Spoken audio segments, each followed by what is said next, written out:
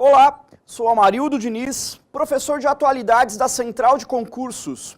Nossa aula de hoje vai priorizar a economia brasileira.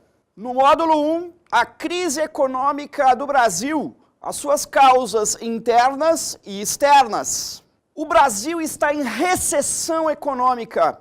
Isso quer dizer que houve uma redução, uma retração da atividade econômica no país, uma redução dos investimentos, uma queda da produção, uma queda do emprego. Em 2015, a recessão brasileira foi de 3,8% de encolhimento da economia do país, o pior resultado em 25 anos. Em 2016, o Produto Interno Bruto brasileiro, que é a somatória de toda a riqueza produzida no país, vai encolher de novo. A previsão é de encolhimento de uma recessão de 3,25%, um novo tombo. Ok, a gente precisa entender as causas da crise econômica brasileira.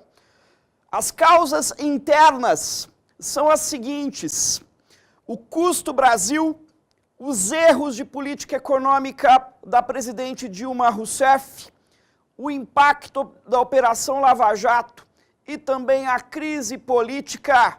Entre as causas externas, a crise financeira internacional que começou em 2008 e o fim do processo de valorização das commodities, das matérias-primas no mercado internacional.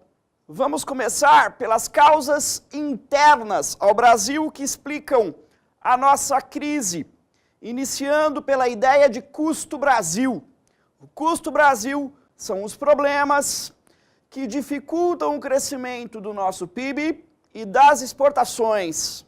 O primeiro problema do Brasil, crônico, é a baixa taxa de investimento. O Brasil investe pouco, tanto o governo quanto a iniciativa privada, os empresários.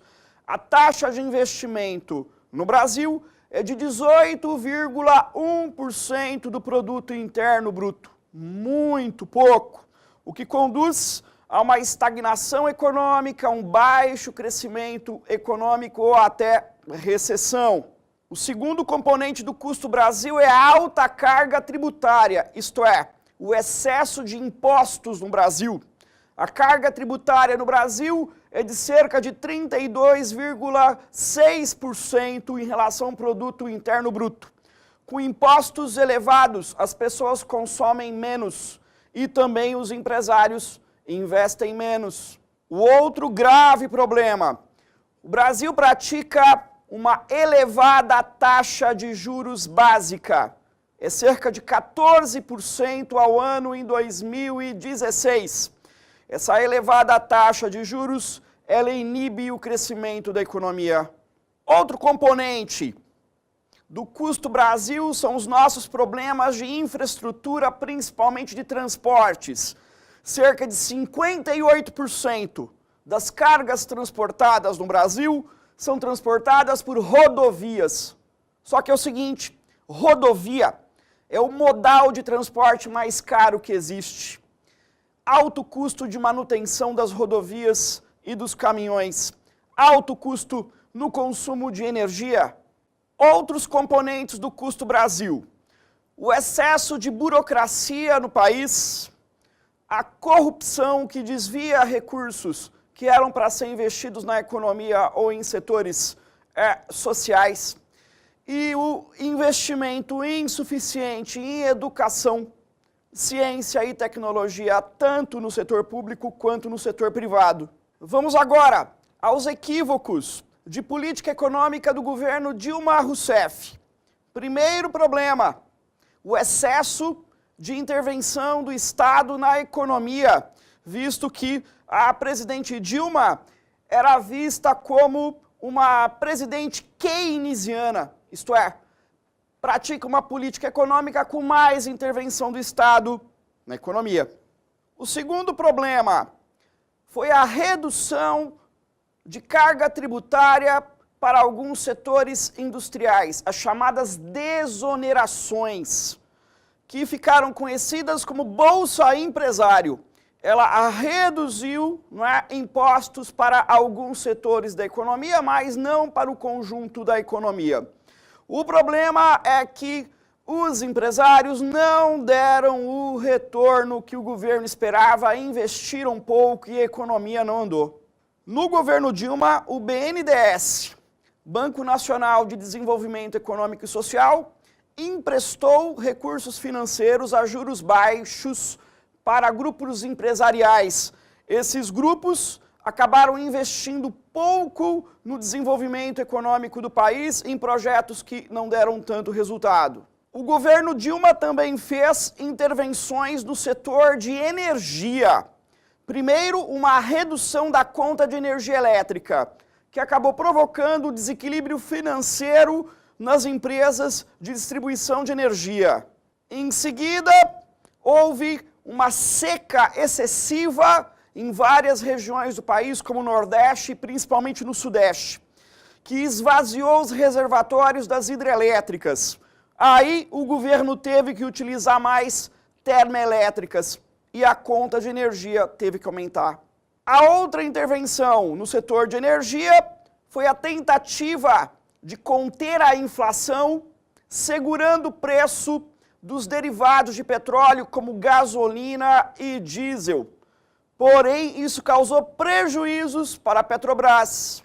No final do governo Dilma Rousseff, nós tivemos uma elevação do déficit público, uma elevação da dívida pública interna, um aumento da taxa de inflação.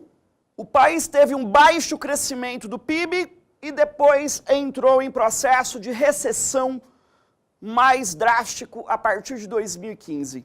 Vamos examinar uma charge. Na charge, as dificuldades de Dilma com a elevação da inflação e com o PIBinho. Outra causa interna da crise econômica foi o impacto da Operação Lava Jato, que combate a corrupção, porém gerou uma queda dos investimentos da Petrobras, uma queda de investimentos em setores como a indústria naval, que produz navios e plataformas de petróleo, e também uma diminuição nos investimentos das empreiteiras envolvidas na Operação Lava Jato.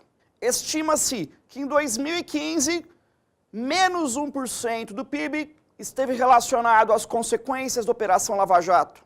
Em 2015 e 2016, a crise política afetou bastante a economia, visto que o governo Dilma não conseguiu fazer passar no Congresso Nacional medidas econômicas como o ajuste fiscal. Devido às incertezas políticas e econômicas, os empresários deixaram de investir e a economia retraiu ainda mais. A saída de investidores estrangeiros do Brasil acabou valorizando o dólar, desvalorizando o real em 2015. Agora, as causas externas da crise brasileira. A primeira é a crise financeira internacional a partir de 2008, que gera um desaquecimento da economia dos países desenvolvidos, como os Estados Unidos e países da União Europeia. A marolinha virou um tsunami e atingiu também as economias dos países emergentes.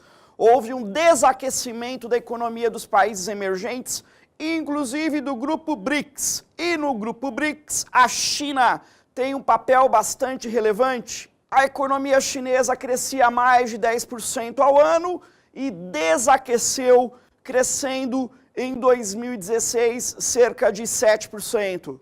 Parceiros econômicos do Brasil na América do Sul, como a Venezuela e a Argentina, também enfrentam crise econômica e reduziram as compras provenientes do Brasil.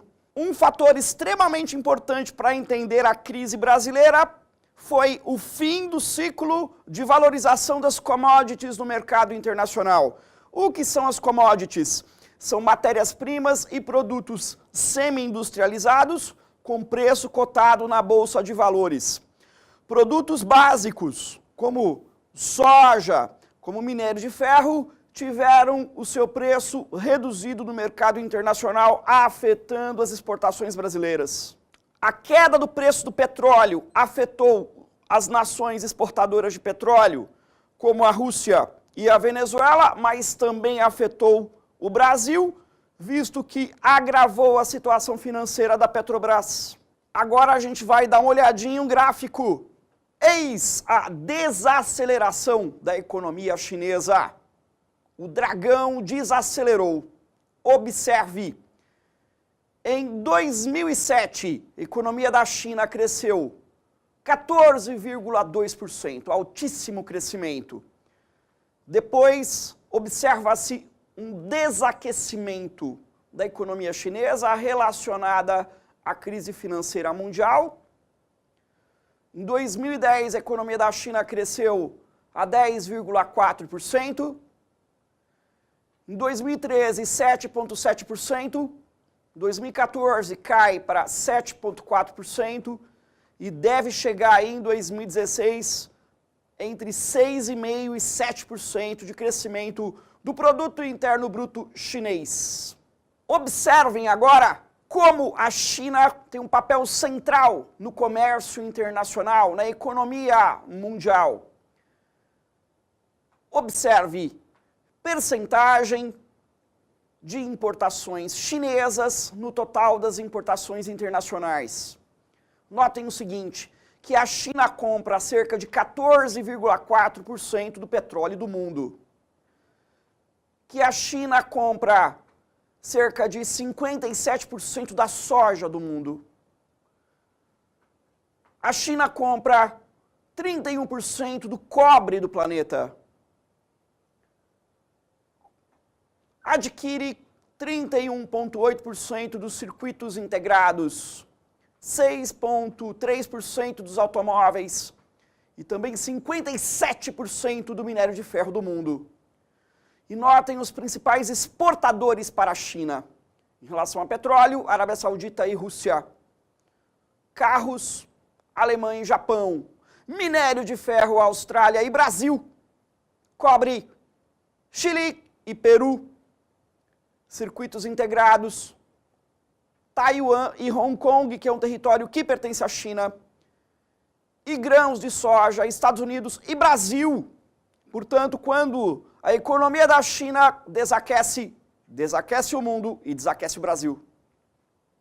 O problema é que a metade das exportações brasileiras é de produtos básicos, commodities como soja e ferro. Desaquecimento chinês afeta bastante a economia brasileira. As agências internacionais de classificação de risco, que avaliam o risco dos países com relação ao pagamento das suas dívidas, promoveram um rebaixamento da nota do Brasil a partir de 2005. As principais agências que rebaixaram o Brasil são a S&P, Standard & Poor's, a Fitch Ratings e a Moody's.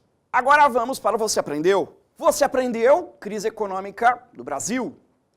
Recessão, 3,8% negativos em 2015 e 3,25% em 2016. Causas internas da crise. Custo Brasil. Alta carga tributária, alta taxa de juros, baixa taxa de investimento, burocracia, problemas de infraestrutura, educação de má qualidade e corrupção. Erros de política econômica do governo Dilma Rousseff. Excesso de intervenção na economia, desonerações para alguns setores industriais, financiamentos do BNDES sem retorno esperado, intervenção no setor de energia elétrica e preço dos combustíveis, causando aí prejuízo para a Petrobras. Crise política, a falta de apoio político no Congresso Nacional para medidas de combate à crise no governo Dilma. Operação Lava Jato com redução de investimentos da Petrobras e de empreiteiras envolvidas no escândalo. Causas externas, crise financeira mundial e o fim do ciclo de valorização das commodities, reduzindo o valor das exportações brasileiras, como ferro e soja, para países como a China. Agora vamos resolver um exercício. Em 2016, a recessão na economia brasileira apresenta como causas. Vamos lá? Média taxa de investimentos, incorreto. Impactos da Operação Lava Jato e crise energética. Vamos a B. Baixa taxa de investimentos, crise na Petrobras e alto consumo das famílias. Incorreto. Vamos para C. Queda no valor das commodities, medidas de ajuste fiscal e baixa taxa de juros. Errado. Vamos para D. Baixa taxa de investimentos, ok. Equívocos na política econômica, correto. E fim do ciclo de valorização das commodities, também correto. Então, vamos para E. Baixa taxa de juros, baixa carga tributária e baixa taxa de inadimplência das famílias. Portanto, ficamos com a alternativa D, visto que tem 3 elementos importantes explicativos da crise econômica brasileira. Encerramos o módulo, nos vemos no próximo.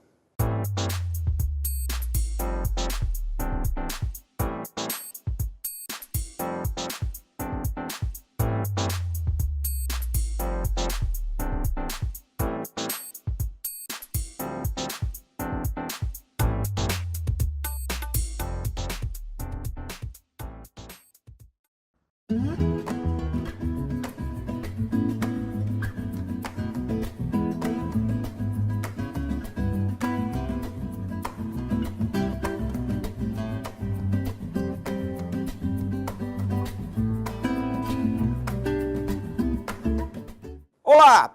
No módulo 2, sobre a economia brasileira, nós vamos focar a política econômica do governo Temer, a inflação, a dívida pública. Vamos começar pelas autoridades econômicas que estavam no comando do país no início de 2016, ainda no governo Dilma. Vamos observar as fotos. Primeiro, o ministro da Fazenda, Nelson Barbosa. E, ao lado, Alexandre Tombini, presidente do Banco Central. Com o afastamento e impeachment da presidente Dilma Rousseff, assume o poder o vice-presidente Michel Temer, posteriormente em caráter definitivo.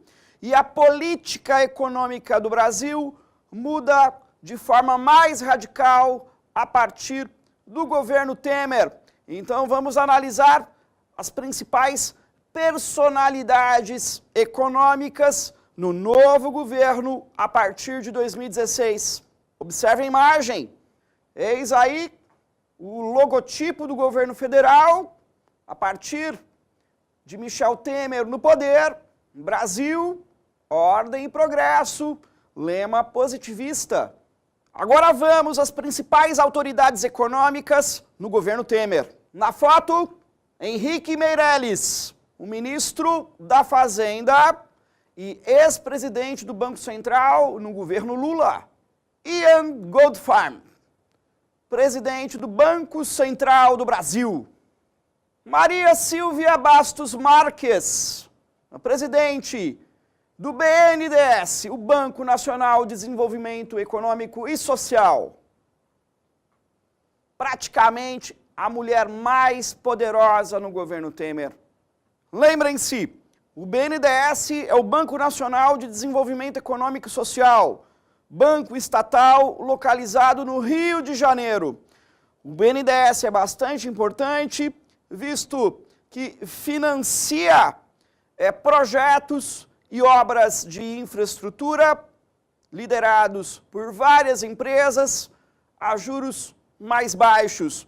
O BNDES financia obras como hidrelétricas, rodovias, metrô, entre outros empreendimentos de infraestrutura no Brasil. Agora vamos às medidas tomadas pelo governo Temer para combater a crise econômica. De modo geral, pratica-se um ajuste fiscal, isto é, uma contenção de gastos públicos para tentar evitar um crescimento ainda maior da dívida pública. Destaca-se a PEC, né, um projeto de emenda constitucional 241. A PEC 241 prevê o congelamento dos gastos do governo durante 20 anos, e esses gastos vão ser reajustados conforme a inflação. A PEC 241 é bastante polêmica, visto que, por um lado, é necessário fazer ajuste fiscal, reduzindo gastos públicos para equilibrar as contas do governo.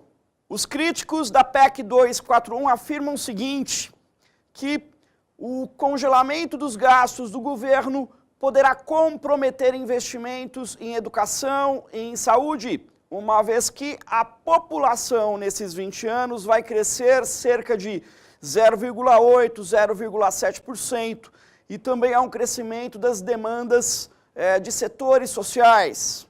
Vamos observar as imagens. Em 2016, o governo federal lançou uma campanha de publicidade, de propaganda, tentando convencer a população da importância da PEC 241. PEC 241 a favor do Brasil.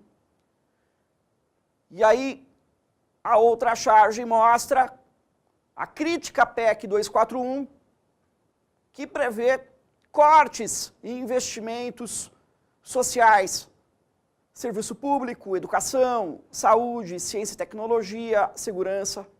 Entre as medidas para combater a crise, o governo elenca uma alteração, uma mudança na política de preço dos combustíveis no país, também uma reforma na previdência social, isto é, o aumento da idade de aposentadoria no país, uma maior equidade entre homens e mulheres, o fim das aposentadorias especiais e uma maior proximidade entre as regras de aposentadoria pública e privada. Também se prevê uma reforma trabalhista no país. Vamos falar agora de inflação. No Brasil se adota um sistema de metas de inflação. O centro da meta da inflação a ser atingido pelo governo é 4,5%.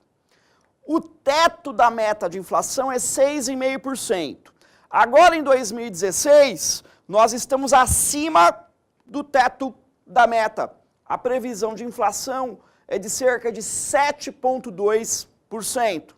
Entre 2015 e 2016, a inflação se manteve mais alta do que o teto admitido pelo governo devido ao aumento do preço dos alimentos, o aumento do preço dos serviços, a elevação de gastos governamentais e também, a partir de 2015, com a alta do dólar, os produtos importados ficaram mais caros e também os produtos fabricados aqui no Brasil com componentes importados também ficaram mais caros e aí a inflação aumentou. O Brasil é uma anomalia no mundo. Pratica a taxa de juros mais elevada do planeta. E essa taxa de juros elevada é para combater a inflação. De que jeito? Se aumenta os juros, as famílias consomem menos, os empresários investem menos, não é porque dinheiro emprestado no sistema financeiro é muito caro, preferem colocar o seu lucro no sistema financeiro e não investir, e isso provoca um rebaixamento dos preços, controlando a inflação. Só que é o seguinte, medicamento em excesso mata o paciente. Com a alta taxa de juros, inibindo consumo e investimentos, isso desacelera a economia e o Brasil tem um problema de baixo crescimento econômico crônico. Os juros elevados aumentam o lucro dos bancos e daqueles que têm muito dinheiro investido no sistema financeiro, os chamados rentistas. Os juros elevados também contribuem para uma dívida pública elevada comprometendo grande parte dos impostos que pagamos. Em 2016, o Brasil enfrenta um problema de déficit público elevado, isto é, o governo gasta mais do que arrecada com impostos. A estimativa é de 2,6% de déficit público em relação ao produto interno bruto.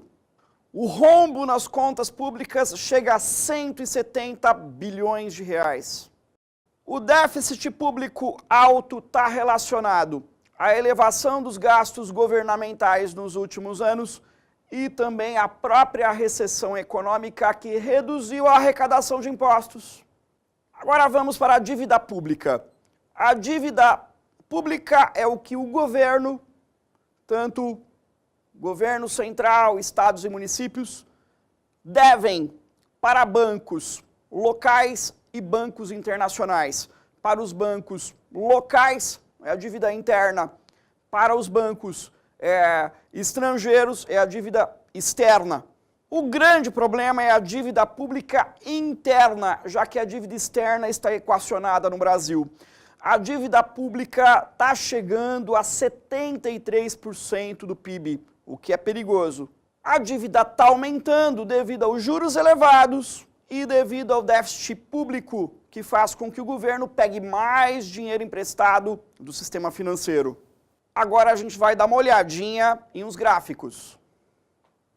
Olha só, previsão do Orçamento Geral da União para o ano de 2014.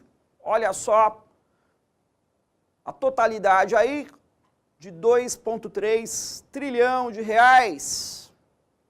Pois bem, notem o seguinte, 42% de tudo que a gente paga de impostos e contribuições é para pagar a dívida pública, ó, juros e amortizações da dívida. Então, quase a metade do que a gente paga de impostos vai para a dívida pública e seus juros. A Previdência Social consome cerca de 20% aí dos recursos. E olha o que é investido em saúde no país, 3,9% apenas. Educação, 3,4%. Trabalho, 2,7%. Transporte, 1%.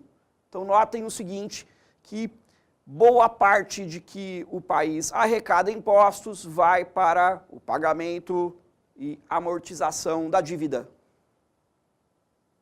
Mas quem são os beneficiários dessa dívida pública elevada? Olha só, bancos nacionais e estrangeiros, 47%. Investidores estrangeiros, 11%. Fundos de investimento, 17%. Fundos de pensão relacionados ao governo, 12%. São os principais beneficiários do sistema da dívida pública. Enquanto a dívida pública continuar elevada e os juros elevados, nós vamos observar uma grande transferência de recursos públicos para os mais ricos no Brasil. Vamos ao Você Aprendeu. Autoridades econômicas do governo Temer.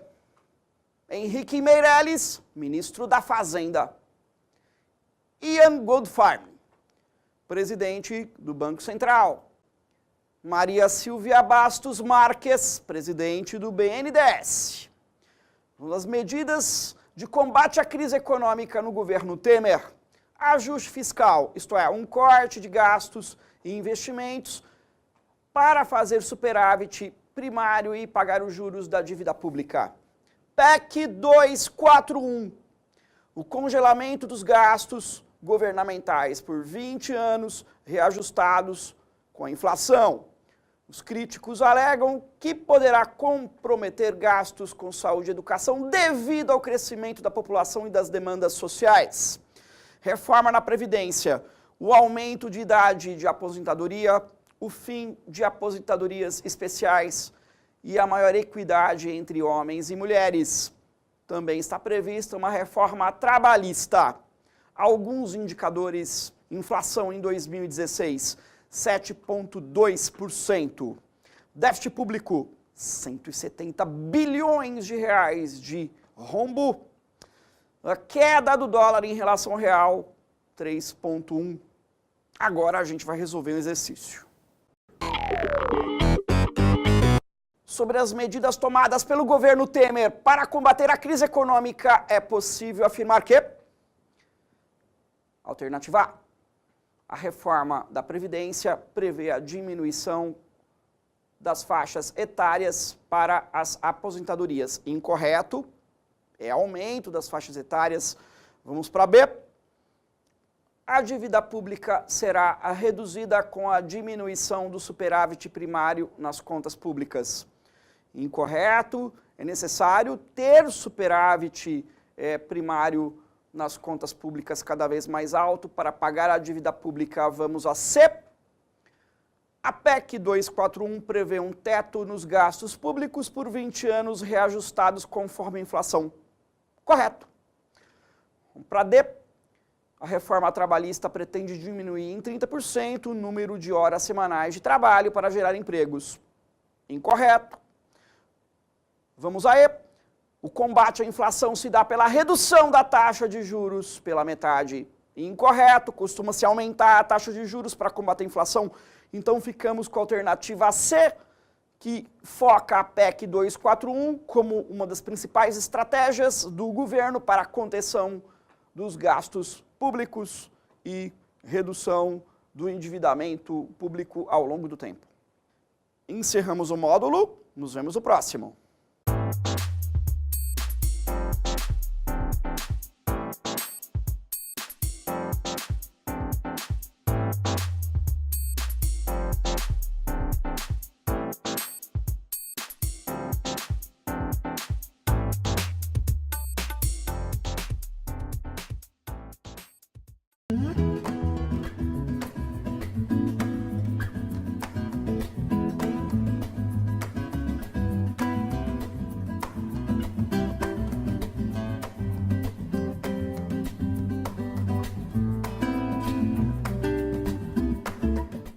Olá!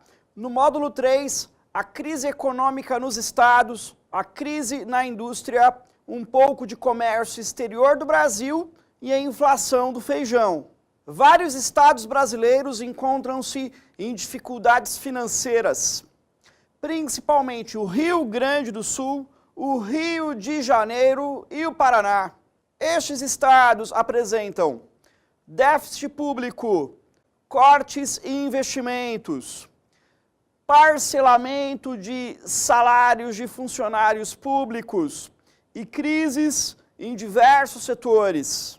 No Rio Grande do Sul, governado por Ivo Sartori do PMDB, houve um forte aumento da violência no estado relacionado a greves no setor de segurança pública.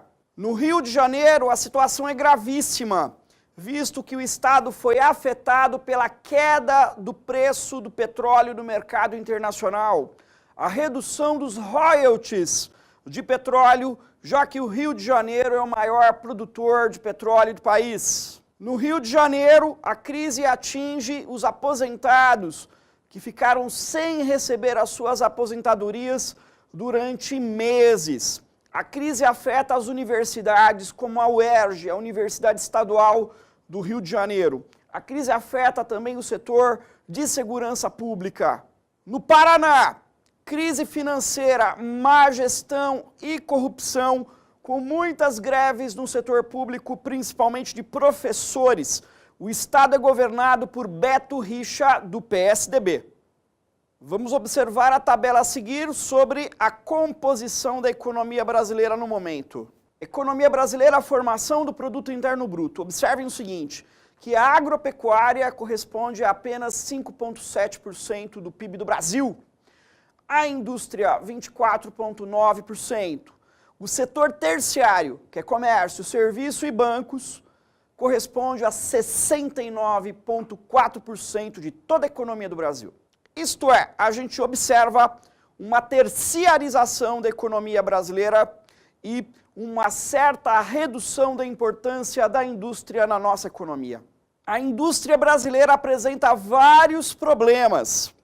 Isto é, ela é afetada pelo custo Brasil, pelo alto grau de endividamento de pequenas e médias indústrias, A indústria brasileira sofre também com a competição vinda de produtos importados baratos, oriundos da Ásia, principalmente da China.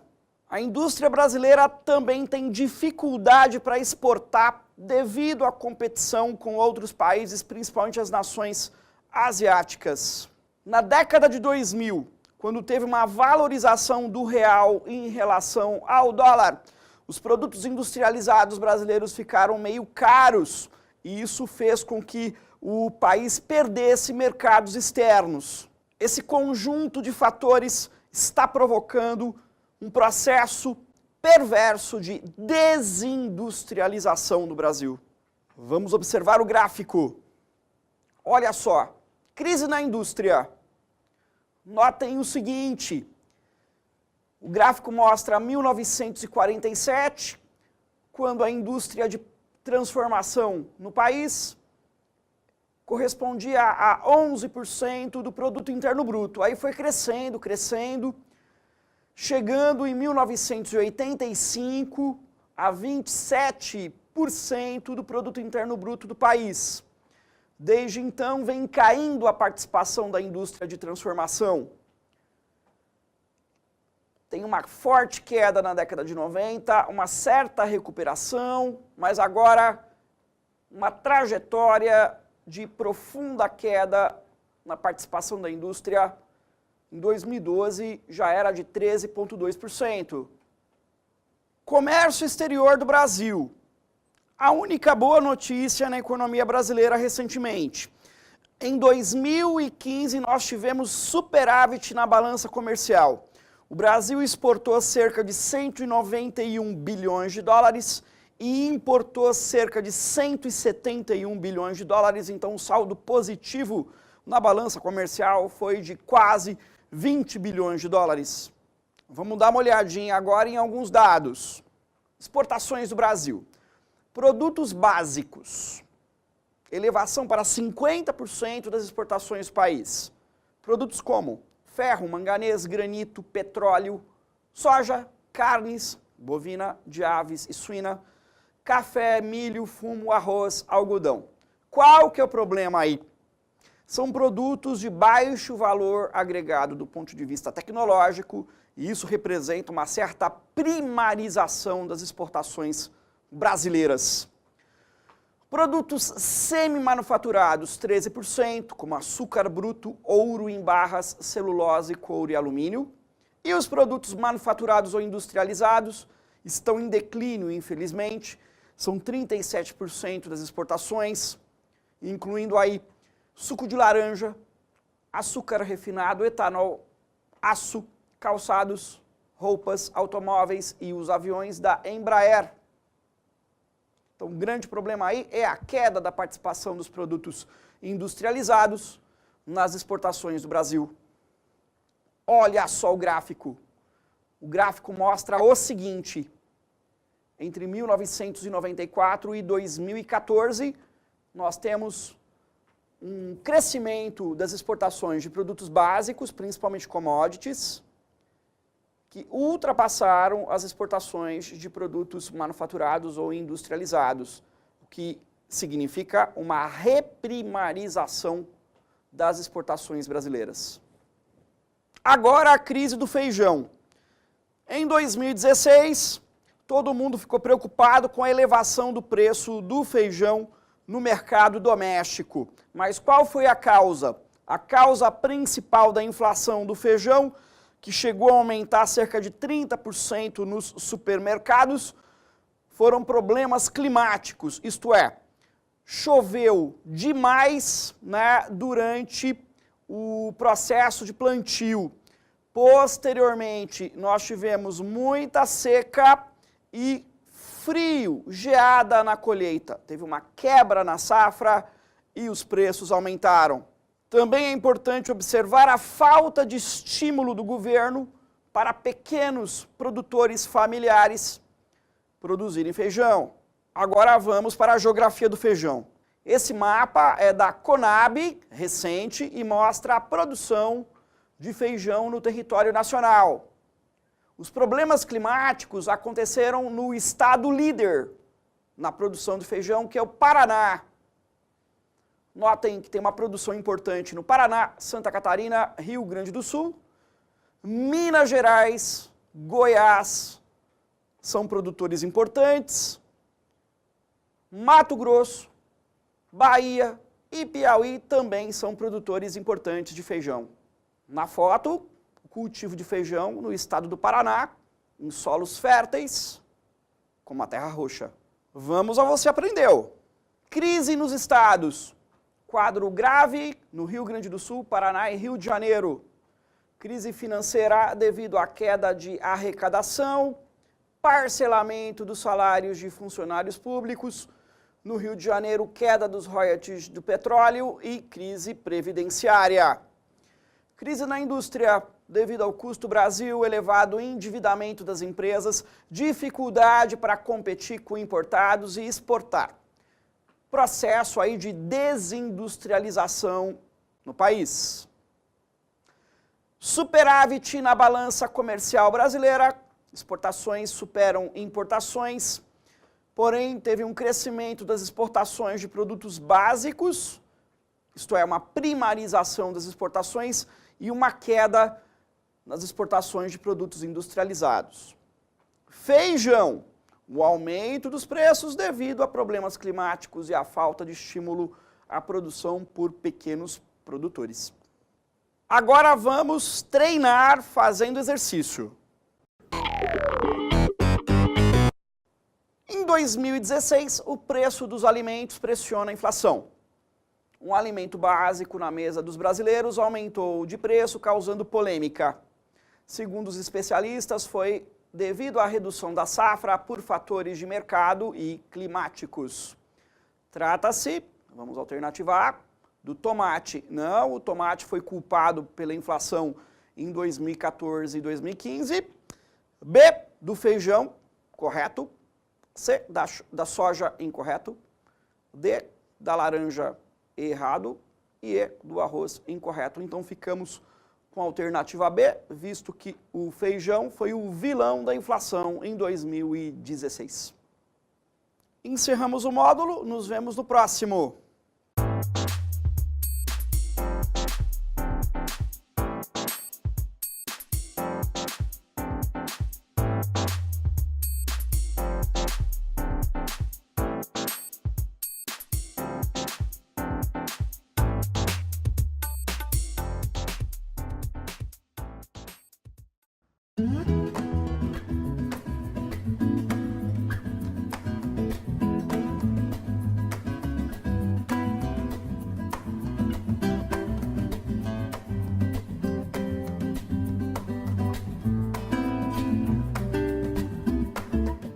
Olá, no módulo 4, a crise na Oi, o escândalo na Embraer e também as mudanças na Petrobras, a inauguração operacional da usina hidrelétrica de Belo Monte e as perspectivas da energia solar no Brasil. A Oi, uma das maiores operadoras de telefonia fixa e celular do Brasil, entrou em profunda crise e está bastante endividada. A empresa resulta do processo de privatização da telefonia na década de 1990. Posteriormente, a Oi foi criada com a fusão da Brasil Telecom e da Telemar nos anos 2000, com estímulo do BNDES, visto que o objetivo era criar uma grande companhia telefônica de telecomunicações nacional. O Banco do Brasil e a Caixa Econômica Federal estão entre os principais credores da Oi e a empresa entrou com recuperação judicial. Escândalo Embraer.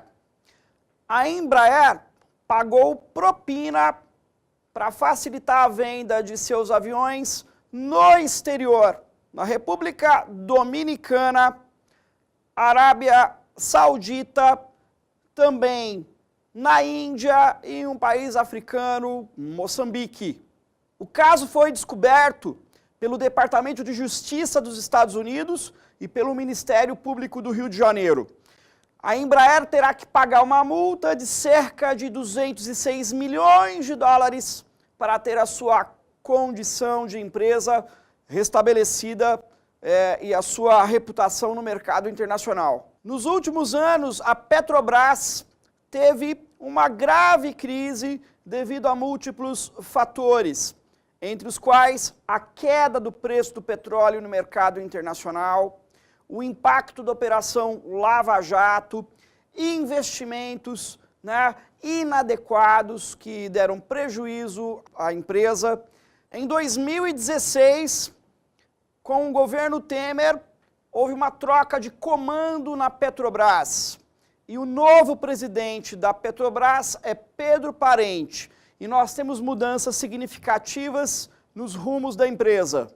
A primeira mudança importante foi o fim da obrigatoriedade da Petrobras na operação dos campos de petróleo do pré-sal, permitindo que empresas transnacionais do setor petrolífero façam a operação e investimentos no setor de petróleo pré-sal no país. Também agora é permitido uma compra de plataformas de petróleo no exterior, ao invés de comprar plataformas de petróleo encomendando de estaleiros brasileiros. Também decretou-se o fim do conteúdo nacional nas compras relacionadas ao pré-sal. Outra mudança importante é que o preço dos combustíveis no Brasil, como gasolina e diesel, vão variar conforme o mercado internacional.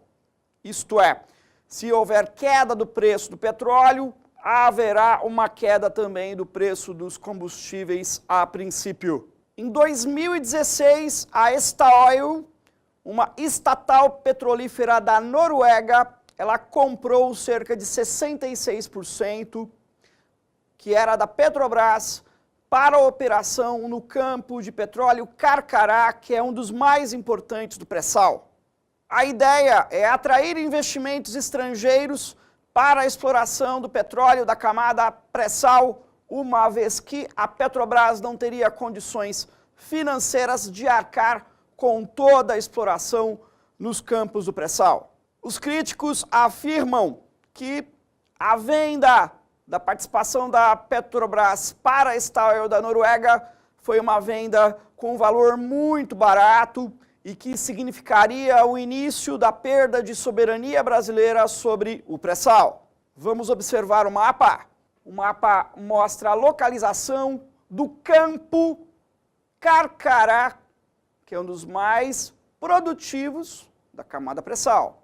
Em 2016, ainda no setor de energia, nós tivemos a inauguração operacional da hidrelétrica de Belo Monte, no Rio Xingu, no Pará. Também no setor de energia, acontece a perspectiva de grandes investimentos em energia solar no Brasil. Vamos observar a imagem.